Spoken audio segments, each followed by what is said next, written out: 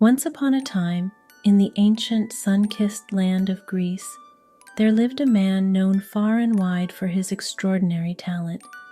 His name was Daedalus, and he was an inventor, a master craftsman whose creations were marvels of innovation and beauty.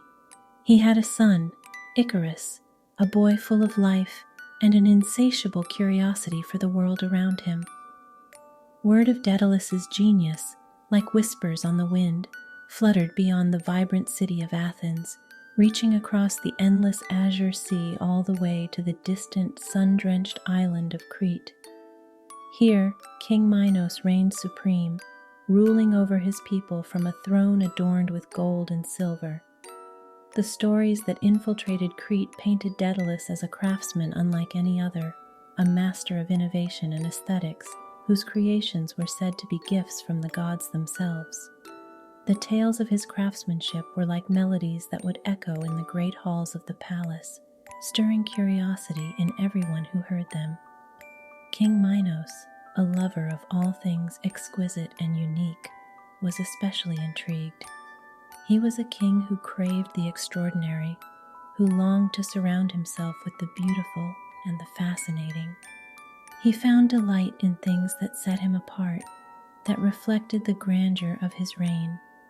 And the tales of Daedalus promised just that, a brush with the extraordinary. And so a message was crafted, a royal invitation sealed with the emblem of King Minos himself. It was dispatched across the sea, carried by the fastest ship in the royal fleet, the sails billowing under the force of the wind, slicing through the waves on its critical mission.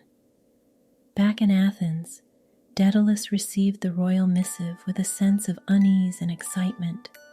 The prospect of venturing to a new land, of using his skills at the behest of a powerful king, was a challenge that stirred his artisan soul.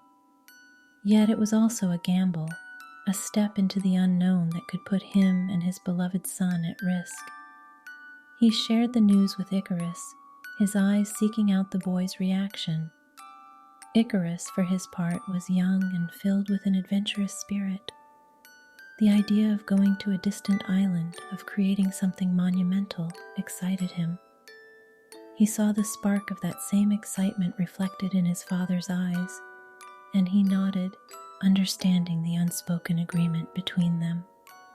Finally, after nights of contemplation, under the soft glow of the Athenian moon, Daedalus made his decision. They would go to Crete. They would take this opportunity to use their skills, to create something magnificent, something that would leave their mark on the world. With the promise of a new adventure on the horizon, father and son prepared for their journey, their hearts filled with hope and a tinge of apprehension about what lay ahead. Upon their arrival, King Minos commissioned Daedalus with a project worthy of his reputed skill. He requested a grand palace, an architectural marvel that would redefine the standards of beauty and elegance. But this would not be just any palace.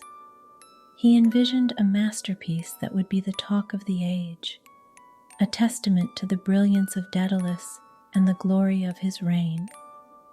He wanted this palace to be a reflection of the sun setting into the sea, an echo of the mountains reaching towards the sky, a song that carried the whispers of the wind.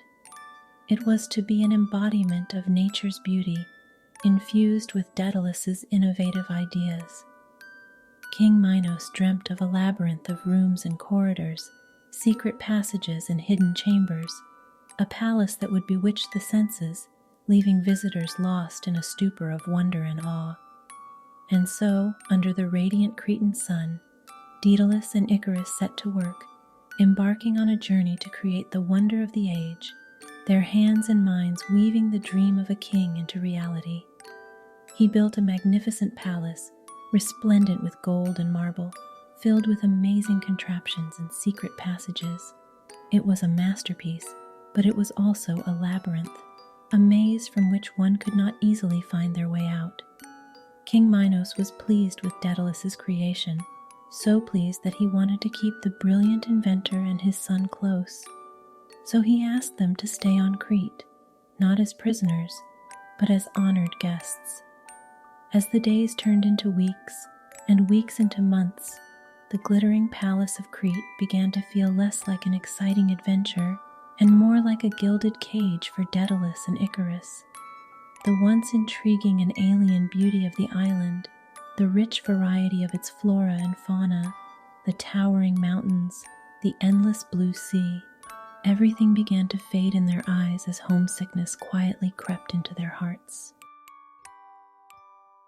They longed for Athens, their city of birth, where they had their roots, their memories.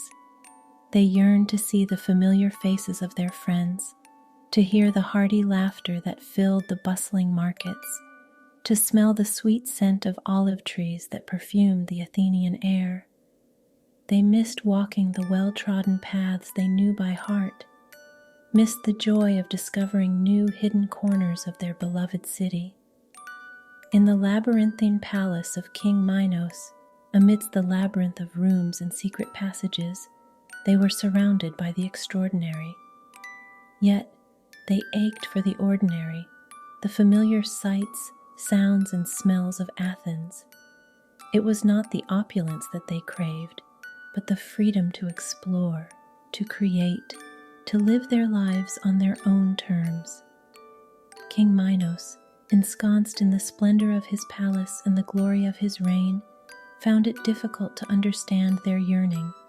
In his eyes, he had offered them a life of luxury and prestige. They were living in a grand palace, their skills appreciated and celebrated, their every need taken care of. They dined on the finest food, wore the finest clothes, and lived among the finest works of art. Why would they want to leave and return to a simple life in Athens? The king couldn't fathom their homesickness, their longing for the familiar comfort of their home. So he decided they should stay, not as prisoners, but as valued members of his court, as the prized jewel of his kingdom. He simply refused to let them leave. The heart, however, yearns for what it yearns. And in the hearts of Daedalus and Icarus, the pull of their beloved Athens grew stronger with each passing day. And so, while their hands continued to craft beauty in Crete, their minds started weaving plans of a journey back home. Daedalus, with his mind as intricate as the labyrinth he had constructed, was never one to be deterred by adversity. He was a thinker, an innovator, a man who crafted solutions as effortlessly as he breathed. And so, faced with the challenge of their unfulfilled longing for home, he did what he did best. He started devising a plan. The conventional routes were barred, the paths by land heavily guarded, and the sea patrolled by King Minos' ships. Yet Daedalus, with his characteristic creativity, thought of a path that no one else had considered. A path that was as daring as it was ingenious. They would take to the sky, charting a route that no human had ever undertaken.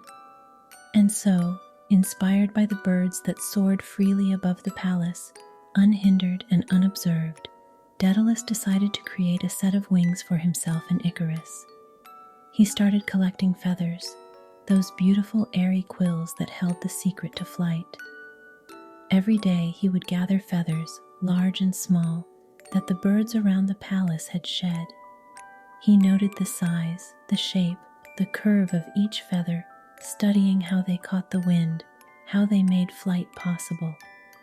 From the tiny, fluffy down of the sparrows to the long, sturdy quills of the eagles, he gathered a variety of feathers, each bringing him one step closer to his dream of flight.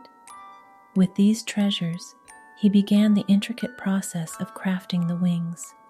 He worked with a singular focus, his skilled hands moving with a grace and precision honed by years of craftsmanship.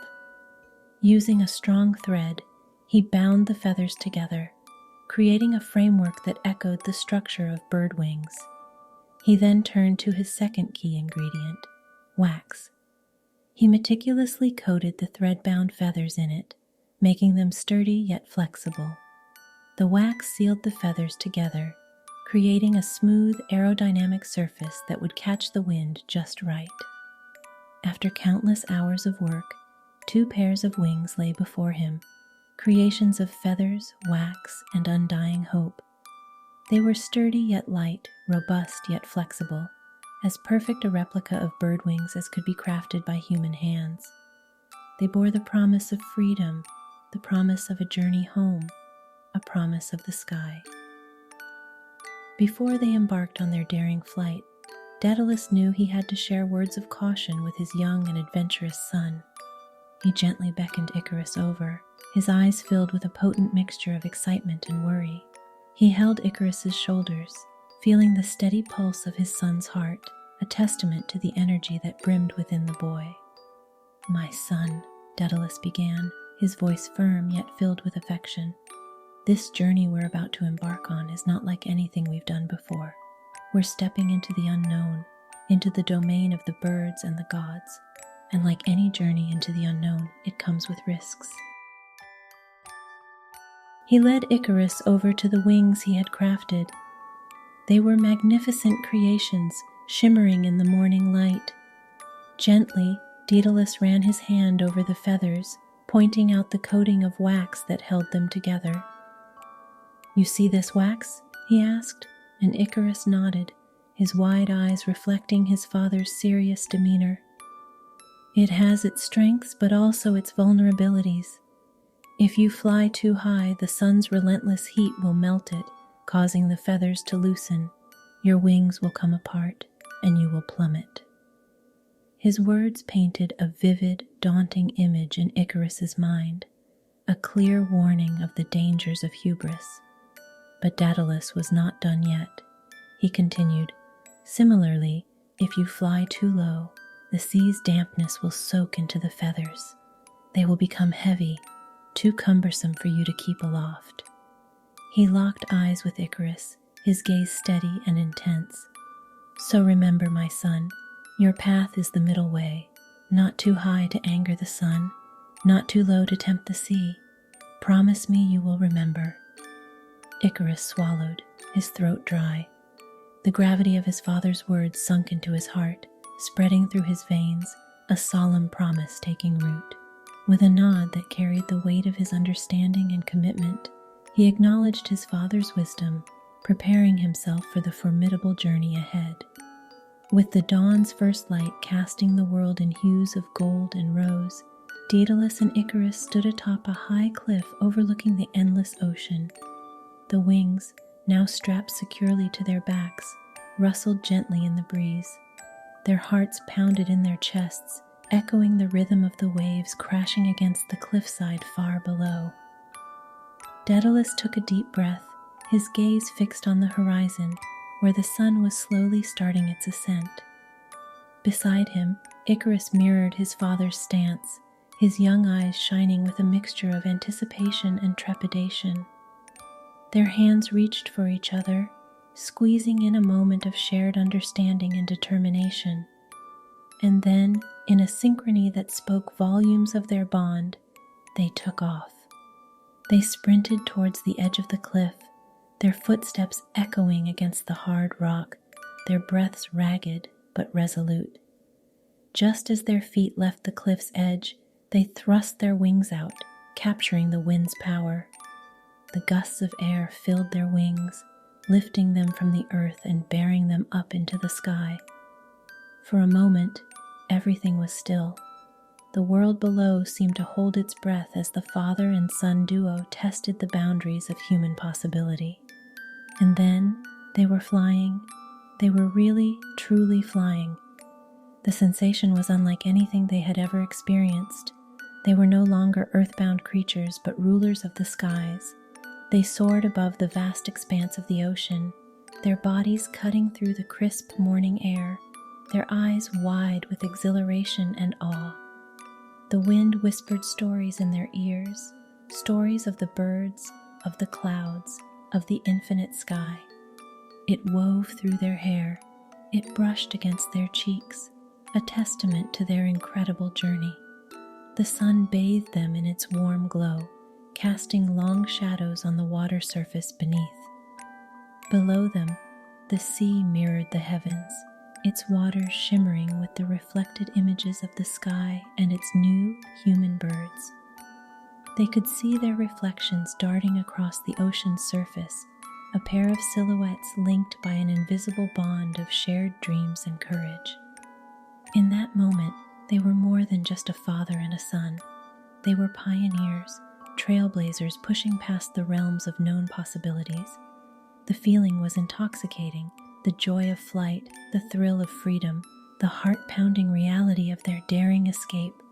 It was, without a doubt, the most exhilarating feeling they had ever experienced. As they continued their daring flight, the splendor of the experience began to affect young Icarus differently. The initial thrill evolved into a heady elation, a mix of joy and liberation that made his heart pound in his chest like a wild drum. The freedom of the sky, the raw power of flight, it intoxicated him, leading him to forget everything else, even his father's solemn warnings.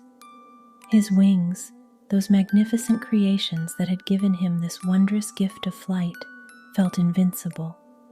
He wanted to test their limits, to see how high, how fast he could go. The sky was an open canvas, and he felt an overwhelming desire to paint his journey across it.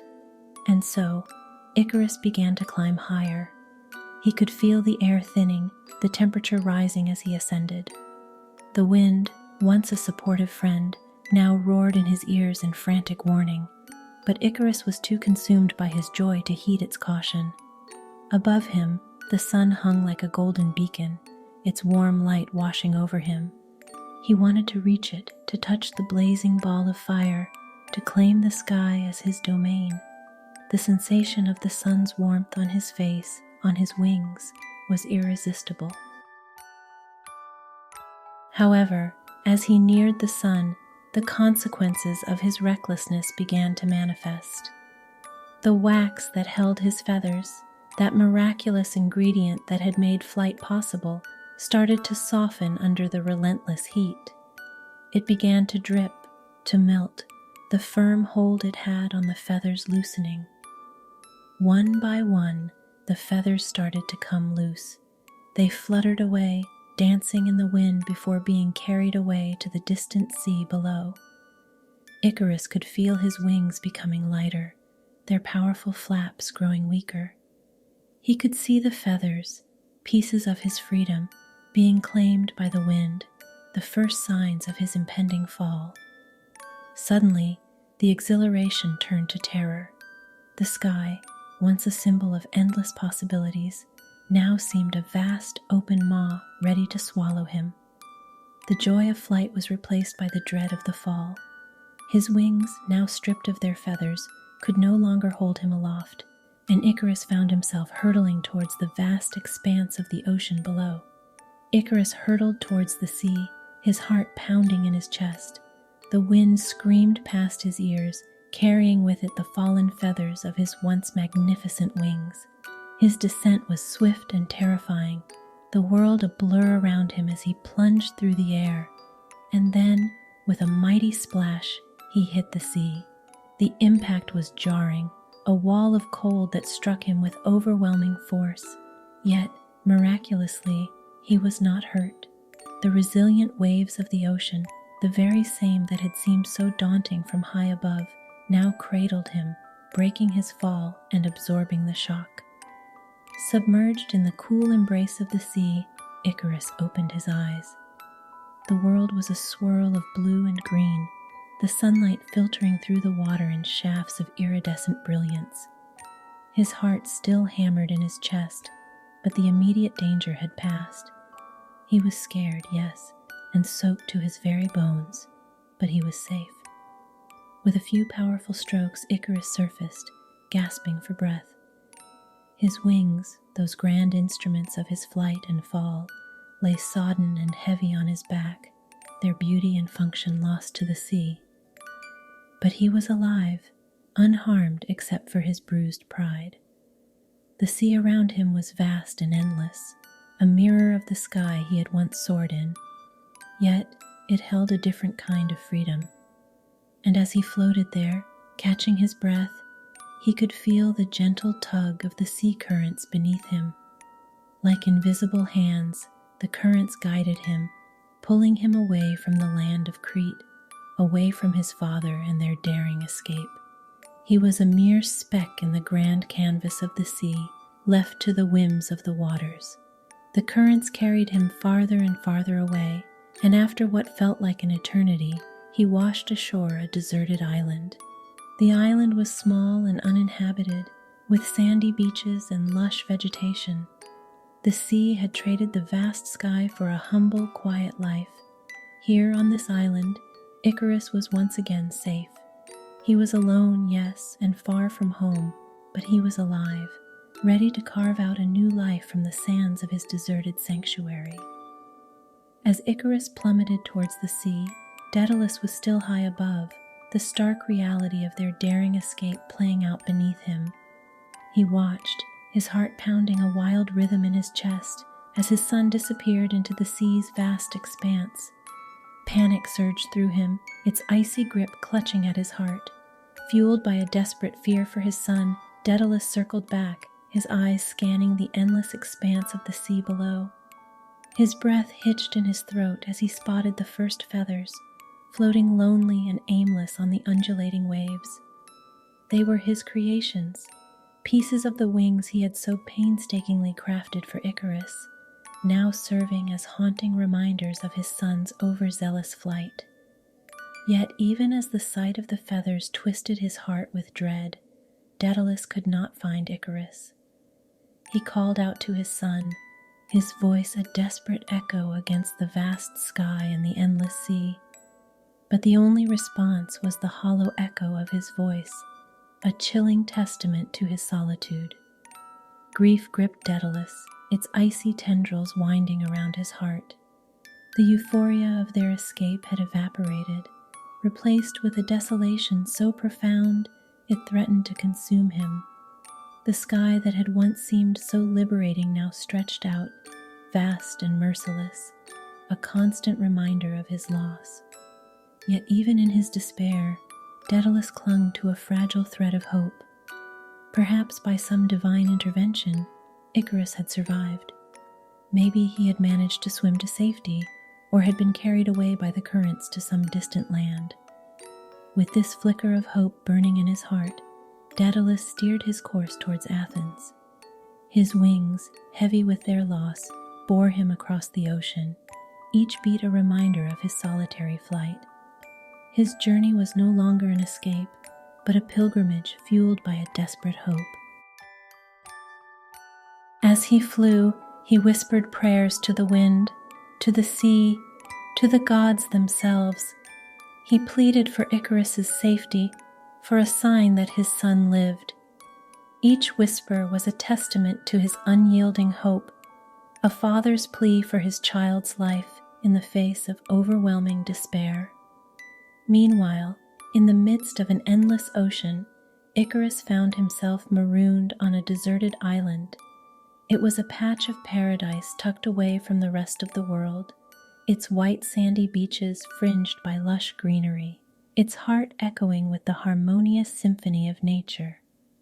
The island was tranquil, devoid of the grandeur and restrictions of the palace in Crete, offering him a world of serenity and simplicity. The initial days were a challenge, a test of survival that pushed Icarus to his limits. But Icarus was not one to shy away from difficulties.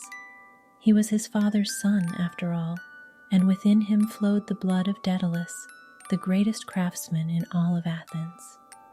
Using driftwood and palm fronds, he constructed a modest shelter by the beach, a safe haven against the elements. In his solitude, Icarus became one with nature. He learned the patterns of the tides, the dance of the fish in the lagoon, the secret trails etched into the island by the creatures that called it home. He discovered how to catch fish with his bare hands and how to pry open the clams that nestled in the sands. The island provided for him, and in return, Icarus nurtured it, living in perfect harmony with its rhythm. Despite his isolation, Icarus found joy in the simplest of things. He reveled in the quiet splendor of sunrises, the raw power of thunderstorms, and the soothing whisper of the sea against the shore. He found happiness in building sandcastles, a pastime that reminded him of his father. Each tower, each wall was a tribute to Daedalus, a testament to the skills he had inherited from him. In this simple joy, he found a piece of his old life, a tether to the world he had left behind. He missed his father, missed their shared laughter and shared dreams. He missed their old life in Athens, the freedom they had enjoyed, the familiar sights and sounds of their hometown. But with each passing day, Icarus carved out a new life on this island. He grew from a boy into a man, his muscles honed by the daily challenges of survival, his mind sharpened by his solitude. He learned the language of the island, the song of the sea, the whispers of the wind. He became a part of the island, as integral as the trees, the sand, the waves. Despite the unexpected circumstances, Icarus found a new home on this island, a place where he was not just surviving, but truly living. He grew up strong and capable, a testament to the resilience of the human spirit in the face of adversity. In the end, Icarus's story became a tale of caution, but also resilience. He learned a hard lesson about the importance of heeding wise advice, but he also discovered the strength within himself to survive and thrive in a new environment. And so, as the moon rises and you prepare to drift off to dreamland, remember Icarus's journey. It's a story of adventure, mistakes, and learning to adapt. It shows us that even when things don't go as planned, we can always find a way to create our own happiness. Good night.